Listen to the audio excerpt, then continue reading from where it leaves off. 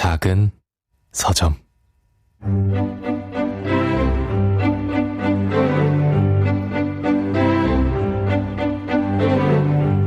안녕하세요. 작은 서점에서 장강명의 인생책 코너를 맡고 있는 소설가 장강명입니다. 오늘 만나는 초대 손님은 대중문화 전반에 해박한 분이세요.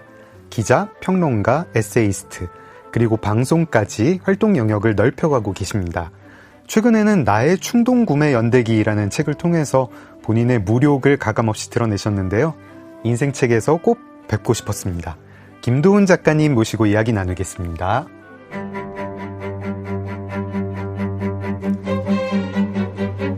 기자이자 평론가, 칼럼니스트 겸 작가인 김도훈 기자는 유쾌하고도 날카로운 촌철살인으로 큰 사랑을 받고 있습니다. 영화 잡지 시네21 취재기자로 지면의 글짓기를 시작, 남성 패션지 긱을 거쳐 온라인 미디어 허핑턴 포스트 코리아의 편집장을 역임했습니다. 현재 칼럼 김도훈의 엑스레이를 연재 중이며 책 낯선 사람, 우리 이제 낭만을 이야기합시다, 공저 영화평도 리콜이 되나요? 같은 책에서도 특유의 유쾌한 글들을 만나볼 수 있는데요. 유서 깊은 맥시멀리스트 김도훈 기자는 최근 SF 문학부터 인테리어 소품까지 김도훈표 안목, 김도훈표 쇼핑 노하우를 담은 나의 충동구매 연대기를 출간, 취향에 담긴 삶의 희노애락을 전하고 있습니다. 작가님 반갑습니다. 안녕하세요. 반갑습니다. 네. 오늘 근데 엄청 바쁘신 날이라면서요? 엄청 바빴어요. 제가 이렇게 한겨레 이제 김도훈의 삐딱이라는 글을 연재하고 있는데, 원래는 마감을 금요일에 했어야 했는데 너무 소재가 안 떠오르는 거예요. 그래서 월요일 아침까지는 꼭 보내주셔야 한다라는 그 읍소를 받고 새벽에 밤을 새워서 일단 마감을 했어요. 마감을 하시고 아침 7시에 보내고 씻고 이제 저기 일산 가서 무비건조란 제가 영화 유튜브를 하고 있거든요. 거기 유튜브 녹화를 끝나고 달려왔습니다. 오늘 이거 녹화 끝나고는, 저희 이제 그 녹음 끝나고는 뭐 그 다음엔 좀 쉬시나요? 아니면 이후에 또? 저녁을 먹고 이제 조선일보에 또 칼럼을 연재 중인데 마감을 해야죠. 지금 제가 궁금한데요. 조선일보랑 한겨레 동시에 연재하는 분이 한 몇 분 정도 계실까요? 저밖에 있나요? 없대요. 아, 그래요? 저도 몰랐습니다. 그래서 아니 이런 박쥐 같은 인간이 있나라는 얘기를 굉장히 많이 들었어요. 그래서 저는 그냥 이제 써달라고 하니까 쓰는 거고, 아니 글 쓰는 사람은 이렇게 원고료로 살아가기 때문에 뭐 거절할 수는 없거든요, 사실. 원고료는 약간 두 매체가 조금 차이가 날 것 같긴 많이 나지만 어떤 매체라고 얘기를 하지 않겠습니다. 확실히 많죠. 그리고 최근에 한국일보에 또 연재를 시작을 해서 사람들이 그러더라고요. 아, 그러면 보수와 진보 사이에서 이제는 중도까지 이렇게 아우르는구나. 스펙트럼이 빨강, 파랑, 뭐 보라까지 그냥 무지개입니다. 무지개. 지금 연재 몇 개 하십니까? 일간지 연재를 그럼 3개 하시고, 그리고 이제 월간지 연재를 2개 하고 있고, 온라인 매체 2개를 하고, 그게 기본적인 것이고, 그리고 7개. 또 매달 들어오는 또 청탁들이 있으니까 이제 부정기적으로 그렇죠. 거기에 이제 무비건조까지. 그렇습니다. 그리고 이제 라디오도 하나 지금 패널로 한 2년 정도 하고 있죠. 무비건조 소개 좀 해주십시오. 주변에서 얘기 되게 많이 들어요. 무비건조가 정말 재밌는 유튜브거든요. 저랑 이제 시네21에서 함께 일했던 주성철 기자, 그리고 지금은 시네플레이 편집장으로 일하고 있고요. 그리고 이화정 기자, 그리고 이제 음악평론가인 배순탁, 이렇게 4명이서 4년 전에 책을 하나 냈습니다. 영화평도 리콜이 되나요라는. 잘 안 팔렸어요. 제목은 기억나요. 여러분, 책은 재밌습니다, 근데 그거를 하면서 제 출판사 쪽에서 우리 한번 책 홍보용으로 유튜브를 한번 해봅시다, 그렇게 해서 간단하게 시작을 한 건데, 그게 메인이 되었어요, 어느 순간. 지금 그 유튜브 채널은 그러면은 그 출판사에서? 아닙니다. 그 출판사에서 이제 1년 정도를 하고 출판사에서 손을 떼고, 그 다음에는 이제 그 일산에 있는 제 영화 프로그램 만드는 프로덕션이랑 함께 이렇게 만들고 있죠. 제가 오늘 괜히 모셨다. 오늘 이제 뭐 마감과 마감 사이에 모셨다 했는데, 사실은 어느 날에 모셨어도 그냥 이제 이런 정도의 그냥 마감 압박 속에서 이렇게 오셨겠군요. 저는 항상 정신이 없는 사람이기 때문에 아무 상관이 없습니다. 기대됩니다. 굉장히 이렇게 뭔가 텐션이 이렇게 마감과 마감 사이에서 이렇게 확 올랐을 때 지금 텐션이 제일 높을 때예요. 알겠습니다. 저희 프로그램이 초대 손님께 인생책을 3권을 골라달라고 부탁을 드리고 네. 그중에 한 권을 잡아가지고 그 책 좀 주로 얘기하죠. 그리고 나머지 2권도 좀 소개를 부탁을 드리고요. 저희가 작가님께 3권을 골라달라고 부탁을 드렸더니 정말 흥미로운 책 3권을 골라주셨습니다. 네. 뭐 골라주셨죠? 프랑스 작가 미셸 우엘백의 소립자, 네. 그리고 영국 SF 작가인 아석 C 클라크의 유년기의 끝, 네. 그리고 이노우에 다케이코의 슬램덩크입니다. 제가 이 3권을 추천을 받은 다음에 네. 그 다음에 이제 작가님 신간 나의 충동 구매 연대기를 읽었는데 여기에 또 그 3권이 다 나오더라고요. 이게 네. 좋아하는 작가 이야기를 계속하게 되더라고요. 또 사람이 반복적으로. 그리고 이 3권이 참 뭔가 좀 다른 듯 하면서 한 사람이 추천을 하니까 작가님이 추천을 하시니까 그럴만하다 싶기도 했어요. 저희는 슬램덩크로 이야기를 나누려고 하는데 네. 나머지 2 책도 작가님 설명을 듣고 싶습니다. 네. 이 문제적 작가 미셸 우엘백 소립자 어떤 작품인가요? 불쾌하고 불편한 작품입니다. 제가 미셸 네. 우엘백이라는 작가를 굉장히 좋아해요. 네. 이제 처음 알게 된 계기는 베를린 영화제 한 15년 정도 전에 이제 그 출장을 갔습니다. 근데 네. 베를린 영화제에서 그때 이제 크리스티안 페트졸드라는 이제 그 독일 한참 떠오르던 그 감독이 연출한 소립자라는 영화가 경쟁 부문에 있었어요. 그 미셸 우엘백의 그 소설을 원작으로 한 영화였던 네, 건가요? 이미 영화로 15년 정도 전에 만들어졌어요. 그래요? 몰랐습니다. 아무도 몰라요, 사실은. 왜냐하면 네. 영화를 보는데 네. 굉장히 소재가 재밌는데 이걸 어떻게 끌고 가야 하는지 모르겠다는 기분이 드는 거예요. 그래서 그걸 보고 나서 이런 소재로 이 정도 영화를 만들었다면 이 원작은 정말 대단할 것이다 라는 생각을 했어요. 그래서 이제 한국에 출간된 이제 미셸 우엘백의 소립자를 읽었는데 네. 그 즉시 제 인생책이 됐어요. 미셸 우엘백 저기 프랑스 문단에서는 이제 네. 말 잘못 꺼내면 싸움 나고 내놓은 작가죠? 네네네 뭐 이렇게 뭐 문학 포럼 이런 데서는 말 안 하는 걸로 그냥 네. 그렇다고 하더라고요. 이게 사실은 이제 미셸 우엘백이 그런 평가를 받게 된 이유는 사실 복종이라는 네. 소설을 내면서 그렇게 된 것 같아요. 이 복종이라는 소설 사실은 SF 소설이잖아요, 그것도. 뭐 복종 이전에도 진짜 논쟁적인 작가였는데 복종으로 그냥 이제 그렇죠. 팔리기 많이 팔렸죠. 그렇죠. 네. 이를테면 이제 제가 소립자를 좋아하는 이유는 이게 굉장히 불쾌하고 불편한 캐릭터 2명이 나오잖아요. 형제가 나오는데 한 명은 이성이 없고 한 명은 감정이 없습니다. 네. 그래서 한 명은 여자만 찾아다니고 다른 한 명은 그냥 인생에 아무런 의미를 찾지 못하는 사람들이에요. 그런데 도대체 이런 이야기로 어디까지 끌고 나가려고 하는지 모르겠다는 생각이 드는데 이 2 캐릭터가 너무 불쾌하고 짜증나는 인간들인데 이들이 어떤 행동을 하고 어떤 이야기를 하는지 계속 이렇게 관심을 기울이게 되더라고요. 그래서 그런 작가는 흔치 않거든요. 힘 있는 작가인 건 틀림없는 네. 것 같습니다. 그러니까 싫어하게 되는 인물을 계속 보게 만드는 거는 정말 저는 엄청난 재능이라고 생각하거든요. 저는 우엘백이 재능 있는 작가인 건 확실히 알겠는데 네. 복종이 막 100만 부가 넘게 팔리고 이거는 약간 좀 신기하긴 하더라고요. 이게 저는 참...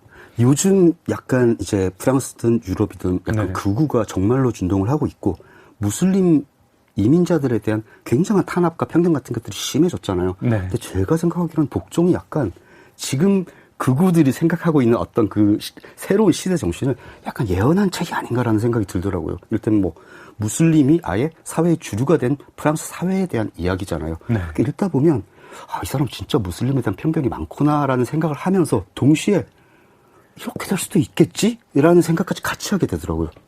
소립자, 복종. 네, 우엘백, 이게 참 소화하기 힘든, 삼키기 힘든 작가입니다. 그런가 하면 유년기의 끝 소개를 해주시면서 네. 결국 유년기의 끝과 소립자는 같은 얘기를 하고 있다. 같은 이야기예요. 네. 그런 생각 못 해봤습니다. 네. 유년기의 끝 어떤 소설입니까? 제가 SF 소설을 어릴 때부터 굉장히 좋아했는데 네. 초등학교 국민학교였죠, 그때는. 제가 항상 도서관에서 책만 읽는 그런 굉장히 뭐랄까 제가 인프피거든요. 그래서 친구들이랑 잘 어울리지 않고 책만 봤어요, 항상 도서관에서. 근데 아이디어 문고라는 데서 나온 어린이를 위한 SF. 아이디어 문고에 유년기의 끝이 있었나요? 아이디어 그건 아니고 SF 아니죠? 소설에 네네네. 제가 빠져들게 된 이유죠. 네. 그때 이제 아시아 가시모프라든지 이런 네. 책들을 읽으면서 사실 SF 좋아하는 사람들이 SF에 빠지면 순수 문학을 굉장히 멀리하기 시작합니다. 아이디어 문고 2000년 즈음에 복간하려고 팬들이 이렇게 다시 막 PDF 만든 거 혹시 아시나요? 맞아요. 저도 항상 거기 들어가 봤거든요. 네. 결국 나오지 않았죠. PDF만 나왔습니다. 아카이빙을 했었습니다. 책으로 나와야 하는 건데, 그죠. 하지만 그건 일본어 중역판이기 때문에 네, 어차피 네. 이제 저작권도 좀 애매하고 할 수 없죠. 네. 그래서 SF를 좋아하게 되면 많은 멸시에 시달리기 시작합니다. 네. 장르 문학이 특히 뭐 사이언스 픽션이라고 그러면 야 그건 문학이 아니야라는 말을 굉장히 많이 듣게 되는데 SF 약간... 소설가로서 어떻게 생각하세요? 아니, 저는 그 이제 SF 팬덤의 그런 인식에 조금 사실 저는 좀 의견이 다른데 네. 예를 들어가지고 이제 로맨스 소설 독자들은 그런 자의식이 없거든요. 없죠. 네. 우리가 좋아해가지고 내가 좋아하는 작가님이 또 책 내면은 열심히 본다 하면서 그 로맨스 소설 이게 뭐 여성향이든 아니면 뭐 다른 뭐 BL물이든 뭐 이렇게 시장 규모도 엄청 커요. 맞아요. 근데 뭐 자기들이 뭐 문단의 평가를 못 받는다 이런 거에 대해서 하등의 신경도 안 쓰고 그렇죠. 뭐 문학상 그거 뭔데? 뭐 평론 뭔데? 뭐 잘 가는데 SF 팬들은 왜 우리를 인정 안 해주냐? 왜 우리를 천대하냐? 막 이게 좀 강해가지고 그런 것도 좀 신기하고. 그게 멜로 장르나 판타지 장르를 좋아하는 사람들은 상당히 외향적인 사람들입니다. 제가 보기에 제 주변에 모든 어릴 때 봤던 SF 덕후들 그리고 하이텔 혹시 과소동에 계시지 않으셨어요? 과소동 있었죠. 저도 있었습니다. 거기에. 천리안 머신도 하고 저는 할 때는 세 개 다 했었습니다. 나우누리 SF201. 네. 과소에 모여있는 사람들을 보면서도 이제 90년대 이런 생각했어요. 이 사람들은 친구가 없는 사람들이구나. 친구가 없는 사람들일수록 그 네. 뭔가 상상력을 우주적으로 확장하는 그런 재주들이 있더라고요, 다들. 그러고 보니까 유년기의 끝이 친구 없는 사람이 약간 인류가 멸망했으면 좋겠는데 인류 멸망이라고 하면 내가 너무 친구 없는 것 같으니까 좀 달리 말한 것 같은 느낌도 좀 드네요. 바로 그거죠. 아, 그런가요?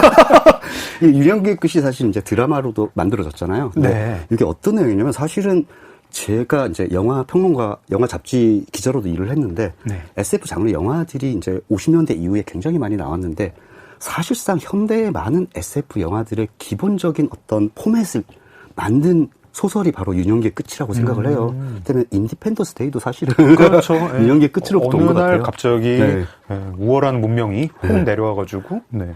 어느 날 갑자기 이제 유년기의 끝을 보면 거대한 이제 우주 비행선이 지구에 오는데 네. 아무것도 하지 않아요. 네. 그래서 일상적으로 됐을 때 그들이 내려와서 인간에게 새로운 문명과 테크놀로지를 마구 안겨주면서 네. 인간은 스스로 이제 자립할 필요가 없는 네. 아주 가축같이 행복한 가축이 됩니다. 네. 근데 알고 보니까 그들이 원했던 것은 인간의 정신을 한 단계 위로 끌어올려서 네. 우주적인 존재로 진화하게 만드는 것. 그러니까 사실은 아름다운 멸망 이야기죠. 그렇죠. 그리고 되게 이상한 게 그들은 또 그 단계에 못 갔어요. 그게 그러니까요. 되게 네. 그들의 입장에서는 되게 아쉽고 부럽고 너희는 다음 단계로 진화할 수 있구나. 뭐 이런 후회가 참 많습니다. 뭐 스타크래프트도 유년기의 끝 네, 영향 받았고 네. 에반게리온도 뭐 결국 보면은 네, 그렇죠. 그런데 이게 재밌는 게 우엘백의 소립자를 보면 현대의 이야기고 사실은 이게 그 지금 사는 그 젊은 남자들의 부모 세대인 이를테면 68세대일 수도 있고 베이비 부모일 수도 있고 그들이 얼마나 현대 문명을 이성적으로 만드는데 실패했는가. 그래서 자식들이 이렇게 타락을 하게 됐는가에 대한 이야기를 하는 소설이잖아요. 근데 마지막 몇 장 안 되는 마지막 챕터에 갑자기 SF가 돼요. 네. 어느 순간 인간들이 서로 이렇게 번식을 하기 위해서 만날 필요가 없고 뭐 유전자 복제로 번식을 하고 모두가 똑같은 형태와 똑같은 이성과 감성을 가진 존재가 되어서 모두가 바보처럼 행복한 미래가 옵니다. 그러니까 결과적으로 두 소설이 굉장히 비관적인 것 같은데 저는 되게 로맨틱하다고 생각을 했거든요. 뭔가 무슨 남녀간의 사랑 그런 로맨틱은 아닌데 아니죠. 어쨌든 뭔가 저희 마음을 좀 일상에서 그렇습니다. 구질구질한 현실에서 좀 붕 뜨게 하는 그러면서 이제 너희들의 문명 그거 다 지금 그렇게 막 그냥 거기에 막 이제 안달복달하고 있는 그 문명 별거 아니다 이렇게 얘기를 하고 있는 저희가 현대 문명 별거 아니야 하는 작품 두 작품을 얘기를 한 다음에 어느 일본의 작은 현의 이야기를 하게 됐습니다. 슬램덩크 슬램덩크 얘기하기 전에 이 다양한 스펙트럼, 정치적으로도 다양하시고, 문화를 즐기시는 것도 다양하신데, 이 얘기 잠깐만 좀 해볼게요. 네네. 영화평론가시면서 대중문화 전반에 해박하신데, 평소 즐기는 콘텐츠 비중이 좀 어떻게 되세요? 이제 본업은 일단 영화평론을 하셔야 되니까 영화 보셔야 되고, 근데 만화도 보시고, 소설도 읽으시고, 뭐 이렇게 시간이 있잖아요. 하루 24시간 있고, 깨어있는 시간이 있고, 그럼 이렇게 뭐 배분하는 비율이 있으십니까? 배분하지 않습니다. 그러면. 그때 충동적으로 저는 사실 계획을 하지 않는 사람이에요. 제가 평생 계획을 한 번도 짜본 적이 없어요. 그래서 직장을 옮길 때도 계획이 아니었습니다. 갑자기 제의가 들어오면 재밌겠는데? 충동적으로 그냥 가는 거예요. 그래서 제가 사실은 영화 잡지에서 일을 하는 사람들은 평론 일을 계속하면서 영화 쪽 일을 계속 하거든요. 근데 저는 패션지에서도 일을 했고, 온라인 미디어에서도 일을 했고, 이러다 보니까 뭔가 이렇게, 딱히 재능은 없는데 약간 잔재주만 많아지는 사람이 되는 거 아닌가? 아니, 근데 이렇게 두루두루 보시니까 또 거기서 이제 뭔가 좀 뭐랄까요? 저희 최재천 교수님 나와가지고 한참 얘기하셨던 통섭, 융합 이런 게 있는 것 같아요. 유년기의 끝이랑 소립자랑 같은 얘기를 하고 있다라는 말을 소립자 읽은 사람 중에 유년기의 끝 읽은 사람이 그렇게 많지 않을 것이고, 그렇죠. 유년기의 끝 읽은 사람 중에 소립자를 읽은 사람 그렇게 많지 않을 것이고, 그 와중에 소립자 영화를 본 사람은 정말 없을 것 같거든요.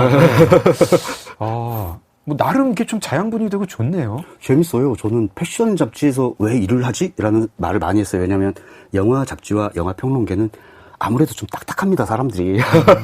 그리고 영화 외에 다른 문화는 약간 한 수 아래로 보는 경향이 또 있어요. 종합예술이니까 우리는 다 가지고 있어. 스탠리 큐브릭이랑 디자이너 이런 샤넬이랑 비교할 수가 없지. 근데 저는 샤넬도 똑같이 재밌고 스탠리 큐브릭도 똑같이 재밌었어요. 그래서 이제 잡지를 보다 최근에 이제 안나 윈토어라고 이제 보그 편집장 37년 만에 그만뒀잖아요.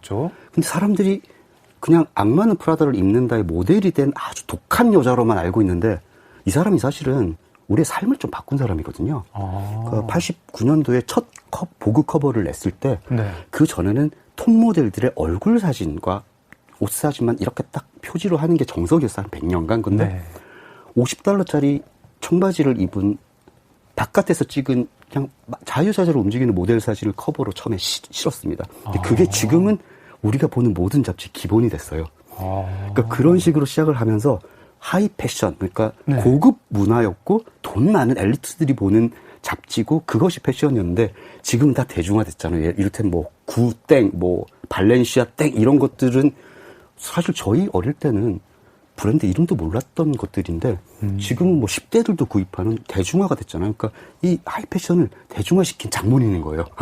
안나 윈토어가 그런 사람이군요. 저는 그냥 계속 무표정하게 선글라스 이런 것만 생각을 하고 있었는데. 그래서 이런 다양한 분야를 다양하게 좋아하다 보면 뭔가 연결되는 지점들이 생겨요. 거기서. 사실은 이제 슬램덩크도 허프포스트 편집장을 지낸 작가님의 눈으로 보니까 약간 세대론하고 연결이 되기도 하고. 그렇죠. 그게 또 세대론으로 갔다가 다시 이제 슬램덩크 캐릭터에 대한 사랑으로 이렇게 얘기를 하게 되어서 나의 충동 구매 연대기를 읽으면서 슬램덩크 이렇게 볼 수도 있구나 생각을 했는데 그럼 슬램덩크 이야기로 들어가 보겠습니다. 언제 어떻게 읽기 시작했느냐 저희가 보통 인생책에서 늘 여쭤보는 질문인데 사실은 책에 나오더라고요. 고등학교 1학년 때 학교에서 몰래 읽으셨다. 그렇습니다. 수업 시간에 읽으셨습니까? 쉬는 시간에 읽으셨습니까? 본인 책으로 읽으셨습니까? 다른 학생이 가지고 온 책으로 읽으셨습니까? 제가 항상 구입을 했죠. 그래요? 네. 보통 그 시절에 이제 학교에 이런 거 만화책 들고 오는 친구들이 있었잖아요. 그래서 쭉 돌려가지고. 제가 그때 유행하던 오렌지 로드 이런 것들을 막 애들한테 뿌리는 친구였어요. 오렌지 로드. 진짜 오랜만에 들어오셨죠? 저는 약간 슬램덩크보다 오렌지 로드 더 좋아해요. 아유카 마도카 저의. 너무 좋죠. 최고 이상형인데. 강백호 저리가. 마도카다. 네. 어쨌든. 어릴 때 아버지가 이제 보물섬 참관호를 선물을 해주셨어요. 언제 참관됐습니까? 81년인가 2년인가 그랬죠. 유경재단이 냈던 굉장히 두꺼운 잡지였죠. 그때 이제 둘리라든지 이제 김영배 씨 만화라든지 많은 것들이 실렸어요. 그때는 또 저작권 이런 게 없던 시절이어서 이티를 막 마음대로 각색한 만화도 실렸었습니다. 이렇게 일본 만화 이제 베낀 다시 그린 그런 만화들도 많이 있었어요. 그걸 보면서 만화라는 것의 재미에 빠지기 시작했고, 네. 동시에 사서 모으는 걸 전 좋아해요. 이 제 책 충동 구매도 뭔가를 사서 계속 모으는 이야기잖아요. 아, 취향의 호딩이 이미 네. 그 시절부터 네. 싹이 있었군요. 저는 제가 간직을 해야 돼요, 저는. 근데 만화책들이 부피가 좀 있잖아요. 굉장히 그래가지고 이거를 이제 집에 진열을 하거나 아니면 학교에 들고 와도 사실 이게 부피 때문에 좀 숨기기가 좀 마땅치 않지 않습니까? 아, 집에 쌓아놨다가 네. 이사할 때 제가 없는 사이에 어머니가 다 버리셨습니다. 그때 보물섬 창간으로 가지고 있었으면 지금 당근 고기로 네. 엄청나게 비싸게 팔 수 있을 거야. 네. 아. 물론 저는 팔지 않겠죠. 학교에서는 그러면 이제 이걸 가지고 올 때마다 네. 저 막 기억나요. 막 새로 이제 뭐 새 호가 나왔다, 새 네. 단행본이 나왔다 이러면 막 미친 듯이 보려고 나 좀 이러고 난리가 납니다. 그 공급책 그렇죠. 이셨고요. 그때 이제 챔프에 연재가 됐었죠. 네네. 잡지에. 아, 챔프. 그거를 계속 사 모았어요, 저는. 네. 아, 그 매 연재 그 회를 보기 위해서. 그럼요. 네. 그 매회에 정말 몇 장 안 되거든요. 금방 끊겨버리는 다음 주가 너무 기다려지는 그 마음 있잖아요. 가끔 이제 후반부에 가면은 1년을 연재했는데 경기가 안 끝났더라고요. 영원히 끝이 나지 않을 것 같죠, 진짜로. 네. 아, 그때 학교 선생님한테는 조금 약간 유주의 학생이셨겠어요? 아, 저는 모범생이었기 때문에 선생님들이 제 가방을 잘 건드리지 않았습니다. 아, 그래서 저는 더욱 안전한 공급책이었죠. 근데 이제 뭐 이렇게 누가 걸리면 네. 너 이거 누가 갖고 왔어? 뭐 이런 뭐 이렇게 약간 취조와 자백과 해가지고 공급책을 일망타진하겠다 뭐 이런 의분의 열혈 선생님도 계시지 않았나요? 괜찮습니다. 저는 자백했습니다. 왜냐하면 제가 글씨를 잘 써가지고 네. 항상 교무실에 가지고 선생님들 뭐 쓰는 거 이런 걸 대신 해드리고 그런 학생이었기 때문에 큰 체벌을 절대 받지 않죠. 약간 무슨 뭐 이렇게 나르코스 같은 데서 좀 보는 것 같은 뭐 이렇게 좀 이렇게 경찰과 협조하는 마약상 뭐 그렇죠. 약간 알겠습니다. 그 슬램덩크 말고도 그러면 공급을 많이 하셨던 거죠? 오렌지로드도 공급을 그렇죠. 하셨고 네. 또 뭐 공급하셨던 책이 드래곤볼 당연히 드래곤볼은 드래곤볼은 공급책이 따로 있어가지고 그 친구 드래곤볼 워낙 팬이어서 네네. 딱 돌렸고 기억나는 만화들이 많죠. 북두의건도 있었고 우리가 지금 익히하는 고전 만화들 그때 람마. 다 나왔습니다. 네. 저는 이제 일본 만화의 전성기가 사실 70년대, 80년대였다고 생각을 하거든요. 네. 그 전성기의 만화들이 우리 90년대 마구 쏟아져 왔던 거죠. 되게 이상했죠. 한 네. 두세대에 걸친 만화가 한국에는 한 3, 4년 사이에 맞아요. 와장창 쏟아졌고 그리고 한국 사실 뭐 보물섬이나 뭐 이런 거 즐기던 세대한테는 너무 혁명 같았어요. 약간 그림체도 너무 다르고. 아니 정말 항상 일본과 한국을 비교하는 말을 굉장히 조심하게 되고 근데 요즘은 더 해도 되는 것 같아요. 왜냐하면 한국 문화가 너무나 일본을 뛰어넘어 버렸기 때문에 어느 순간 저희가 이제 뭐 열등감이나 피해의식 없이 이런 얘기를 할 수 있죠. 맞습니다. 그때 일본 만화가 한국 만화보다 한 수 위였다. 한 수가 아니라 두세 수 위였다. 1인당 GDP도 이제 능가한 시절에 네. 그 시절에 우리가 좀 못 나갔다 이런 얘기 좀 해도 되는 것 같거든요. 네네. 왜냐면 그때 일본 만화를 보면서 가장 느꼈던 충격은 어떻게 이렇게 저는 사람이 그렸다고 생각하지 않았어요. 한국의 그 대본서 극화체 만화만 보다가 네. 너무나 잘 짜여 있는 그 컷과 컷을 보면서 네. 이건 사람이 그렸을 리가 없다라고 생각했던 것 같아요. 저는 되게 궁금했던 기억이 나요. 사람 인체를 그리는데 뭘 찰흙 같은 걸로 뭐 만든 다음에 그걸 보고 그렸나? 막 이런 그러니까요. 생각도 하고 그랬었습니다. 나의 충동 구매 연대기를 보니까 그 중에서도 근데 슬램덩크는 모든 장면을 기억하고 뭐 애장판 다 소장하고 계시고 그럼요. 네. 더 퍼스트 슬램덩크 마지막 장면을 보다가 눈물을 흘리셨다고. 왈칵 쏟아지더라고요. 고등학교 졸업 이후에도 슬램덩크 사랑이 계속 되었나요? 저는 1년에 두세 번은 계속 반복적으로 보고 있어요. 1권부터 마지막 권까지. 네. 어느 장면 제일 좋아하세요? 무조건 마지막 장면이죠. 그거 아니에요? 나는 천재니까. 나는 천재니까.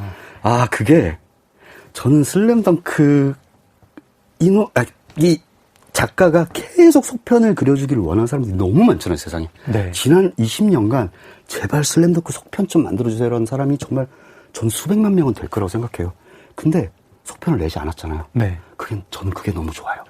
제가 거기에 매우 찬성을 하면서 근데 또 저는 막연하게 그냥 거기가 끝이 좋았다라고 생각을 했는데 작가님 말씀 들으면서 책을 읽으면서 맞아 이 이유 때문이야 라고 했는데 성우의 목소리로 슬램덩크 소개를 이걸 왜 소개를 들어야 되죠?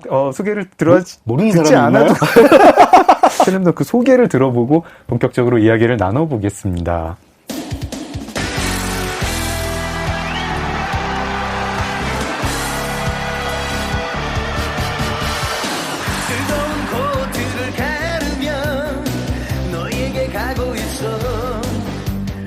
안 선생님, 농구가 하고 싶어요. 이 한마디 다들 기억하시죠? 오늘 소개할 인생책은 전설의 만화 슬램덩크입니다. 이노우에 다케이코 작가의 이 농구 만화는 1990년부터 주간 소년점프에 연재되어 전 세계적으로 큰 인기를 얻었습니다. 주인공 사쿠라기 하나미치가 농구부에 들어가면서 겪게 되는 도전과 경쟁, 우정이 농구 경기와 어우러진 성장 이야기죠. 누적 발행 부수 1억 7천만 부 이상을 기록하며 일본 농구 열풍을 불러일으켰으며 발간 후 30여 년이 지난 2023년 상반기에만 일본에서 420만 부가 팔려 여전히 압도적인 팬덤을 유지 중입니다. 우리나라에서도 이에 못지않은 열기를 기록했는데요. 강백호, 서태웅, 정대만, 송태섭, 최치수 이렇게 한국식 이름을 부여받은 북산고 농구부 멤버들은 한국인들의 사랑을 듬뿍 받았고 90년대 중반 농구 열풍과 맞물려 슬램덩크는 수많은 한국인들의 마음속에도 인생 만화로 자리 잡았습니다. 2022년 12월에는 이노우에 다케이코 작가가 직접 각본을 쓰고 감독한 더 퍼스트 슬램덩크가 극장에서 개봉했는데요. 전 세계 슬램덩크 팬들을 한자리에 불러 모으며 일본 아카데미상 최우수 애니메이션상 수상, 판타지아 국제영화제 애니메이션 부문 우수상을 수상하기도 했습니다. 영원한 불꽃 청춘들의 이야기 슬램덩크. 여러분의 최애는 누구인가요?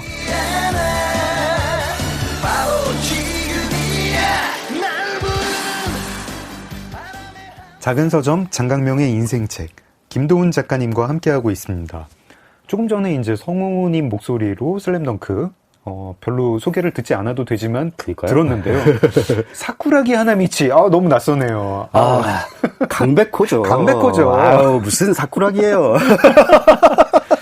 이 이름 모든 사람들이 다 와 이 이름은 진짜 한국 현지화 이름이 최고다 하지 않습니까? 너무 잘 맞는 것 같아요. 네. 그 좀 이름 어떻게 지었길래 이렇게 잘 지은 거죠? 이렇게 뭔가 그 이름을 들으면 왠지 이 이름을 가진 애는 성격도 이럴 것 같고 얼굴도 이럴 것 같아. 뭐 이런 건데 윤대엽은 왠지 헤어스타일이 이렇게 생겼을 그렇죠. 것 같아 싶은데 이 정도 이렇게 현지화 잘 된 이름이 뭐가 있을까요? 거의 없다고 봐야 되죠. 저는 그 소년 챔프의 그 편집을 번역을 맡았던 그분에게 정말 큰 상을 드려야 한다고 생각을 해요. 이 이름은 소년 챔프 편집자가 하신 건가요? 그렇죠. 그때부터 강백호, 윤내엽 이 이름들로 연재를 했었죠. 이런 게 수백만 명의 그 캐릭터들을 각인을 시켰는데 저희가 그 번역가님 이름도 모르겠네요. 근데 이게 굉장히 X세대적인 거예요. 왜냐하면 요즘 일본 만화는 네. 그냥 일본 이름으로 나옵니다. 그게 더 자연스럽죠. 네. 저희가 예전에 그 일본 만화를 수입을 해서 볼 때는 뭐 번안도 아니고 현지화도 아니고 이상하게 얘들이 오키나와에 가면은 그게 뭐 제주도에 간 걸로 하고 뭐 어디 뭐 경주, 뭐 오사카를 가면 경주에 맞아요. 간 걸로 네. 나오고. 근데 뭐 사람 이름은 또 일본 사람이고 뭐 이러기도 하고 막 섞여 있었어요. 김전일, 주인공 이름은 맞습니다. 김전일인데 뭐 조연 이름은 일본 이름이고. 기만적인 시대였어요. 일단은 일본 문화인 걸 모두가 아는데 그거를 굉장히 한국화를 시켜서 마치 한국 것인 것처럼. 하지만 우리 모두 다 알고 있었죠.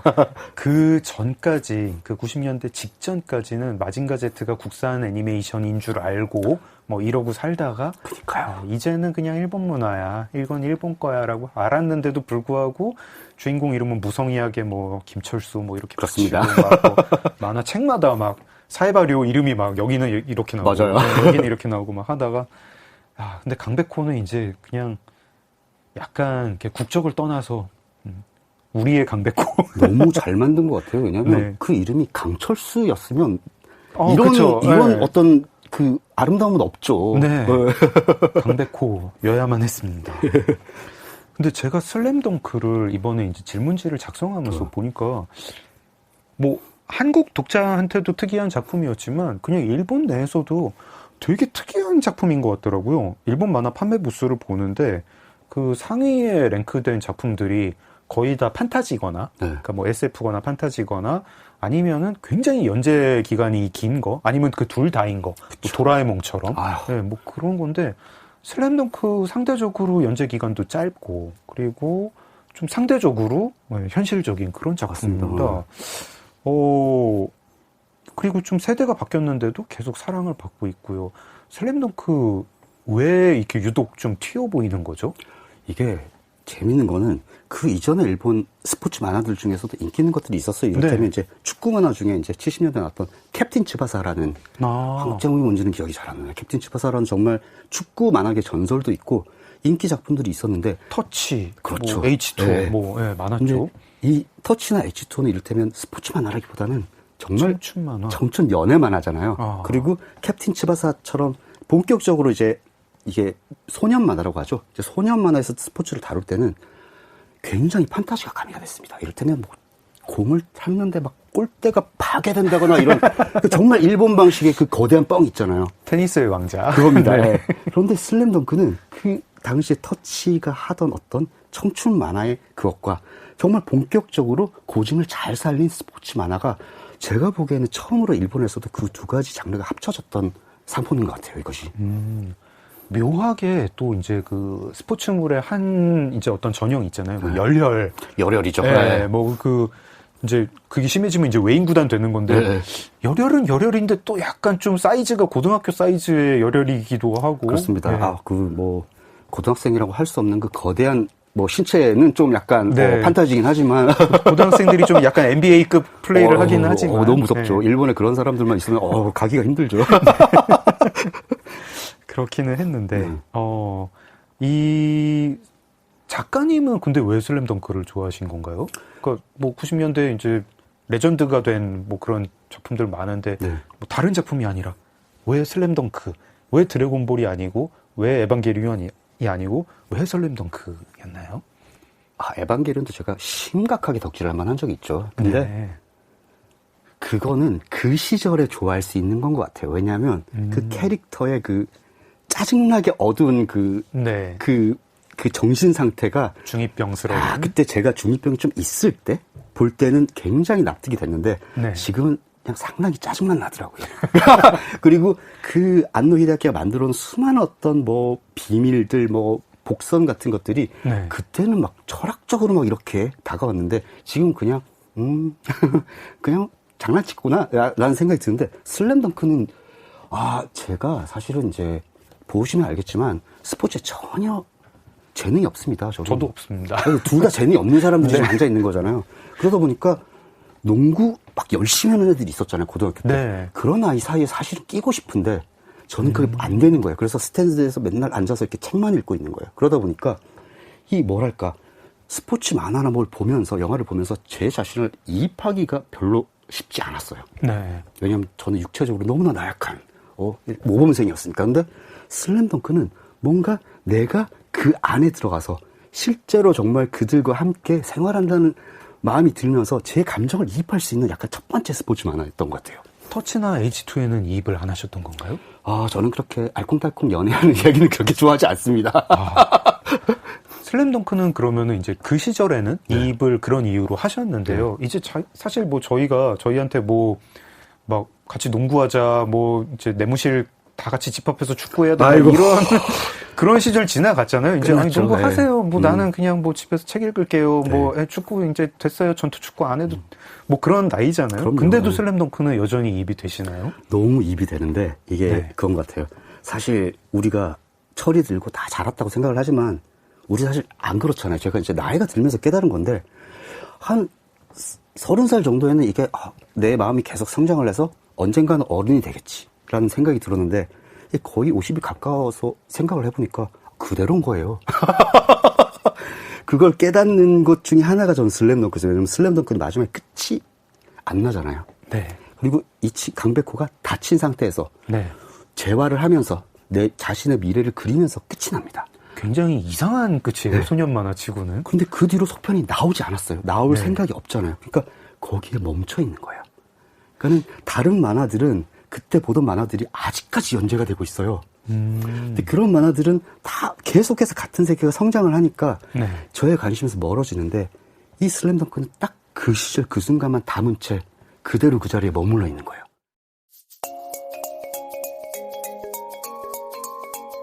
인생을 뒤흔든 한 권의 책. 장강명의 인생책. 작은 서점 장강명의 인생책. 김도훈 작가님과 함께하고 있습니다. 슬램덩크 캐릭터 엄청 많이 나오잖아요. 되게 개성적이고, 예, 막 그래가지고 캐릭터 인기 순위 조사를 하면은 와 이런 캐릭터 좋아하는 사람도 있구나 싶기도 그렇죠. 하고 막 그렇습니다. 작가님 제일 좋아하는 캐릭터는 송태섭이시라고요? 송태섭입니다. 네. 네. 이유도 듣고 싶습니다. 송태섭 키가 만화 속에서 168로 나옵니다. 제가 사실 164인데 168이라고 얘기를 하고 다녔어요. 왜냐하면 송태섭 키가 168이었기 때문에. 저의 작은 육체와 비슷한 아이가 이 거대한 거인들 사이에서 정말 최고의 가드로 성장을 하잖아요. 그게 저는 제가 제 자신을 대입하기가 너무 좋은 캐릭터였어요. 뭐 송태섭이 사실 이제 그 어떤 신장 말고도 네. 되게 독특한 캐릭터잖아요. 그렇죠. 그러니까 이렇게 싸움을 못하는 캐릭터가 아니잖아요. 그러니까 그렇죠. 이 슬램덩크에 나오는 캐릭터들 중에 불량 청소년 출신이 있고, 그럼요. 네, 모범생 농구 청년들, 농구 청소년들, 네. 청소년 선수들이 있고, 송태섭 딱 그 경계에 있는 것 같아요. 네. 그런 생각 안 해보셨어요? 어떤 맨날 공부만 하고 이렇게 만화나 돌려보면서 살다가 되게 불량스러운 애들 있잖아요. 그러다 막 장난을 치고 가요. 다 가서 치고 김도훈이로 가요. 그러면 속으로 상상을 하는 거죠. 내가 지금 그 송태섭을 뛰어올라서 앞발차기로 얘를 쓰러뜨리면 라는 상상을 하게 되는데 그 상상 굉장히 나쁜 상상이죠. 폭력적인 상상인데 그거를 저 대신 구현해주는 어떤 대리만족의 어떤 효과가 있더라고요. 제가 사실 그 10대 시절에, 20대 시절에 상상했죠. 상상했고, 막 그거를 막 너무 심하게 상상해가지고, 막 정신건강에 좀 안 좋을 정도로 상상을 했는데, 그런 상상을 저만 하는 줄 알았는데. 다 하죠. 네. 유튜브 시대가 되면서 알았어요. 왜 이렇게 한국 영화 사이다 모음 뭐 이런 거. 맞아요. 보면서 이게 왜 이렇게 조회수가 많을까 생각을 해보니까, 다들 그렇구나. 네, 저는 심지어 그거를, 남학생만 상상하는 줄 알았거든요. 여학생도 많이 상상하나 보더라고요. 그리고 어른도 상상하고. 글로리가 저는 그거의 연속인 것 같아요. 그렇습니다. 네. 그러네요, 진짜로. 네. 수십 년이 지나서까지 그 학폭 가해자를 찾아가가지고 처절하게 응징하는. 야, 그거에 비하면 송태섭은 참 양반이다. 양반이죠. 너무 깔끔하게 끝냈죠. 깔끔하게. 그리고 자기 손에서 누구 힘 빌리지 않고. 그렇습니다. 유능하게 했습니다. 송태섭 다음 순위도 말씀을 해주셨습니다. 네. 강백호, 서태웅, 양호열. 보통 정대만이 좀 남자들한테 좀 높은 순위 아닙니까?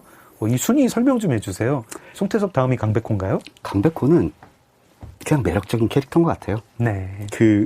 내면은 딱히 성장하지 않지만 네. 굉장히 자신의 어떤 자뻑과 이상으로 가득 차 있는데 그걸 끝까지 버리지 않아요. 그래서 굉장히 매력적인 캐릭터고 내가 절대 될 수 없는 캐릭터다라는 생각이 들었어요. 그리고 서태웅은 말없이 농구 잘하는 남자 얼마나 멋있습니까? 제가 말이 많은 타입이어가지고 지금 들으시면 알겠지만 말이 엄청 많아요. 말이 없이 무뚝뚝하게 할 일만 하는 친구들을 굉장히 멋있게 생각했었어요. 서태웅 같은 친구가 현실에 있었으면 저는 굉장히 미워했을 것 같아요. 왜요? 뭐 부족한 게 없잖아요. 그리고 저는 이렇게 약간 말없이 이렇게 앞머리 이렇게 좀 이렇게 눈 가리면서 좀 이렇게 혼자 이렇게 멋 부리는, 멋을 이렇게 풍기는, 제가 지금 이제 일본어 용어 3글자, 후로 시작하고 시로 끝나는 그 단어를 얘기를 하고 싶은데, 방송 용어가 아니라가지고, 네, 말을 못하겠네요. 네. 그 양으로 시작하고 치로 끝나는 3글자는 불량 청소년 뭐 이렇게, 그렇죠. 네, 대충 했는데. 서태웅은 약간, 왜 저희가 비트의 정우성 볼 때 굉장히 재수없음을 느낀 그것과 비슷한 그렇죠. 거죠. 네.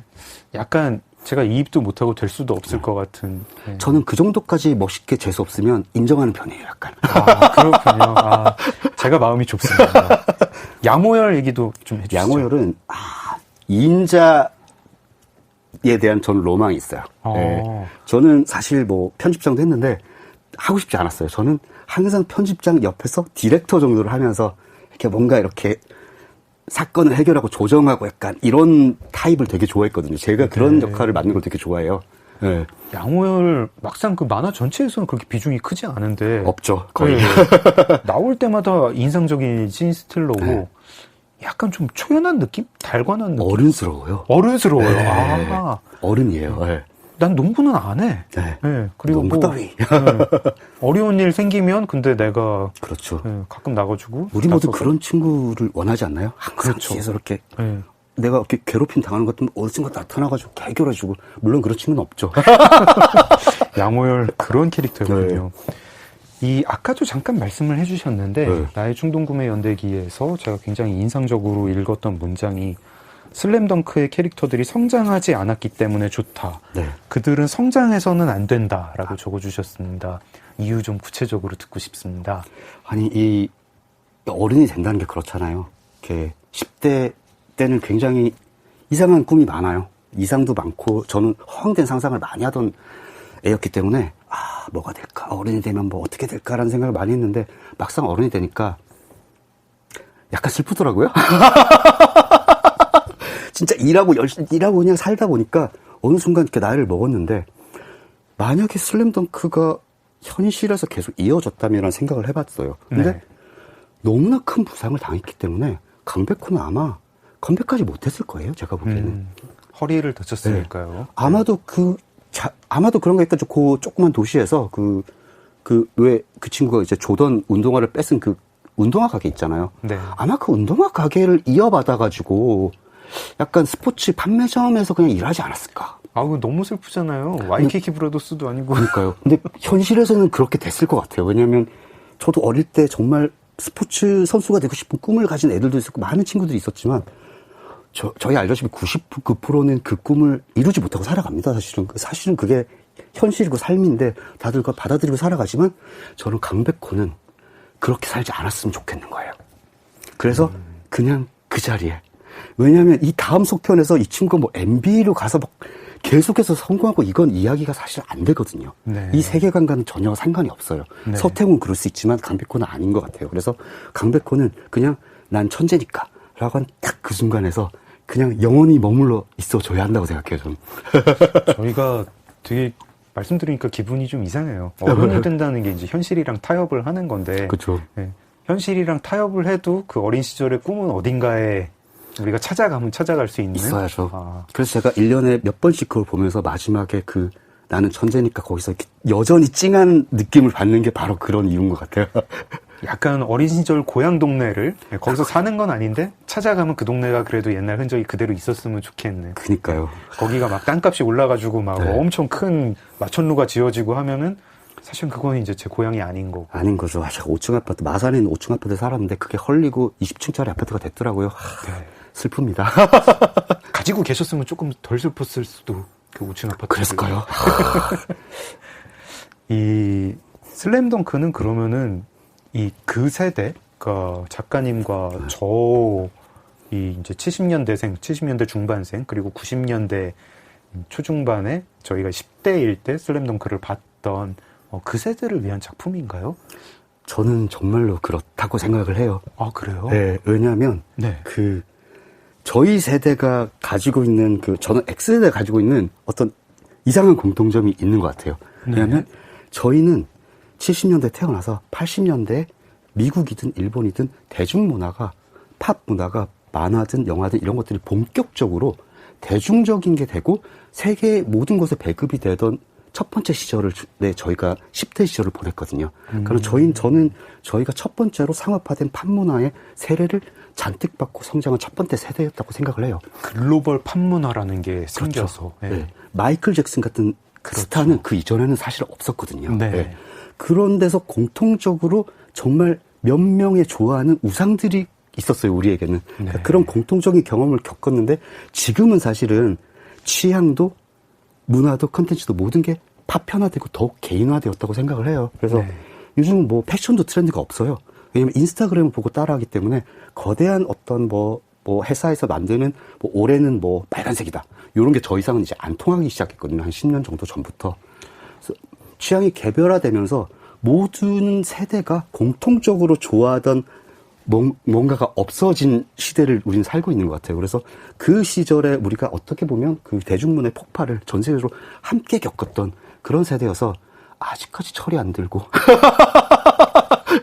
근데 그 슬램덩크는 사실 이제 보편적인 호소력이 있잖아요. 네. 지금도 이제 새로 그 슬램덩크를 빠져드는 그런 젊은 세대가 있고, 네. 그 지금의 이제 30대, 20대 혹은 10대들이 보는 슬램덩크랑 이제 어른이 돼서 이제 옛날 동네를 찾아가는 기분으로 보는 슬램덩크는 좀 다른 건가요? 좀 다를 수 있는데, 저희가 겪었던 막 슬램덩크가 나오던 시절에 사실은 슬램덩크란 만화가 저희 문화를 바꿨어요. 그렇죠. 모두가 조던 운동화를 사기 시작했어요. 네. 저는 농구를 안 했는데 샀어요. 왜 신고 다녔는지 모르겠어요. 그걸 샀고, 그리고 그러자마자 그 인기 때 덕분에 농구 대잔치가 갑자기 급성장을 하게 됩니다. 한국의 농구 붐을 일으킨 게 슬램덩크인지 마이클 조던인지 모르겠어요. 아마 한 51대 49 정도 아닐까 그럴 거예요. 싶습니다. 마지막 승부도 보셨죠? 드라마. 마지막 와, 너무 신기하다. 왜냐하면 슬램덩크 하면은 낡은 느낌이 없는데 마지막 승부하니까 이게 언제 쪽이야? 너무 낡았죠. 아, 네네. 하지만 뭐 요즘 다시 이제 클립을 보는데 다스리 시무나 씨는 여전히 예쁘시더라고요. 그러니까 이런 건 같아요. 시무나 공통적인 어떤 이상적인 스타가 있었고 이상적인 어떤 슬램덩크 우리 모두가 막 책을 막 이렇게 돌려가면서 보던 그게 있었는데 지금 아이들은 컨텐츠는 많아졌지만 그런 경험은 이제 없는 것 같아요.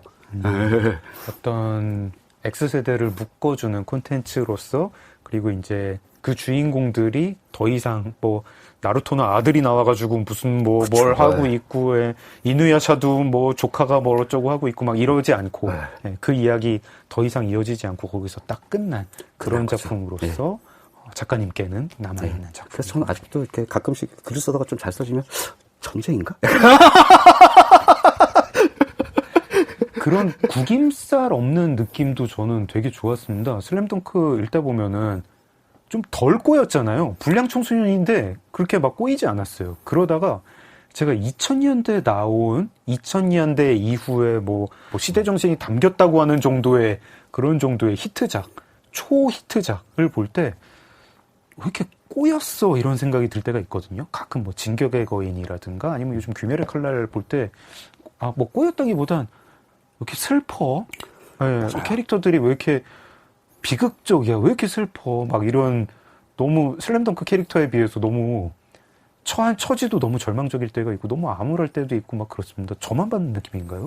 모두가 같은 느낌을 받을 거예요. 왜냐하면 전 세계가 사실은 2000년대 이후 세계화 이후로 경제도 그렇고 모든 게 어느 순간 멈춰선 느낌이 있잖아요. 네. 근데 저희가 어떻게 보면 이런 말을 하면 다른 세대들 뭔 소리야라고 할 수도 있는데 사실 X세대 재수없다고 하는 친구들이 많았어요. 형들은 너무 잘난 척한다. 왜냐면 586 선배들은 그냥 꼰대라서 무시하면 된다. 하지만 형들은 왜 더 잘 아는 척, 더 젊은 척을 하느냐. 이런 이야기를 많이 하는데 네. 그게 사실은 일본도 한국도 미국도 80년대 90년대가 걱정 없이 약간 정치 같은 것도 사실 이제 뭐 소비에트가 사라지면서 이제는 세상에 아무런 걱정이 없을 것이다. 경제도 성장하고 네. 판문화도 마구 성장하던 그 시절을 저희가 딱 어린 시절을 보낸 것 같아요. 그러고 보니까 슬램덩크는 진짜 불황이라는 단어랑 어울리지가 않군요. 전혀 안 어울리지 않죠. 호경기. 그렇습니다. 네. 거기 나오는 캐릭터들은 모두 다 경제 뭐 이런 거 진학 이런 거 걱정은 안 하고 진학 걱정을 해도 농구와 관련 있는 그런 그렇죠. 걱정만 하고 집안 어르신들은 무슨 걱정이 있는지 모르겠고 아무 걱정도 없죠. 깨끗한 거리에서 오로지 농구, 청춘 심지어 선생님들도 좋아요. 그렇네요. 네. 그렇습니다. 슬램덩크 이야기 저희가 1시간은 더 할 수 있을 것 같은데. 3시간 더 할 수 있어요? 그래도 마무리하면서 추천곡을 듣고 싶습니다. 네. 뭐 어떤 노래 들으면 좋을까요? 제가 이제 70년대 말부터 80년대 초반에 디스코 음악을 정말 아직도 너무 좋아해요. 네. 왜냐하면 음악이 굉장히 순진하던 시절에 그 어떤 로맨틱한 것과 리듬과 모든 막 헤도니스틱한 그런 분위기가 있는 마지막 장르였거든요. 네. 그래서 아직도 촌스럽다고 다들한테 즐겨 듣는데 그 중에서 굉장히 슬램덩크 어울리는 이야기를 담은 노래를 골라왔는데 이 네. 샌디 스테이튼의 Young Hearts Run Free라는 노래입니다. Young Hearts Run Free. 진짜. 네, 이게 젊은 세대들한테 던지는 얘기예요. 네. 나는 이렇게 남자 걱정도 많고 이런 슬픈 어른의 생활을 보내고 있지만 젊은 니네는 자유롭게 살아라. 약간 이런 노래를 디스코에 정말 이 쿵짝쿵짝하는 리듬에 실어내는 명곡입니다. 약간 이제 좀 재수없는 X세대 아저씨 두 사람이 좀 구김살 없이 슬램덩크 추억을 이야기를 하고 구김살 없는 노래, 시대는 좀 다르지만 구김살 없는 노래를 들으면서 1부를 마치겠습니다. 장강명의 인생책 김도훈 작가님과 함께했습니다. 작가님 내일 2부에서 뵙겠습니다. 네, 고맙습니다. 네. 오늘 함께해 주신 김도훈 작가님, 청취자 여러분 고맙습니다. 작은 서점 장강명의 인생책, 샌디 스테이튼의 Young Hearts Run Free를 들으면서 문 닫겠습니다. 소설가 장강명이었습니다. What's the sense in sharing this one?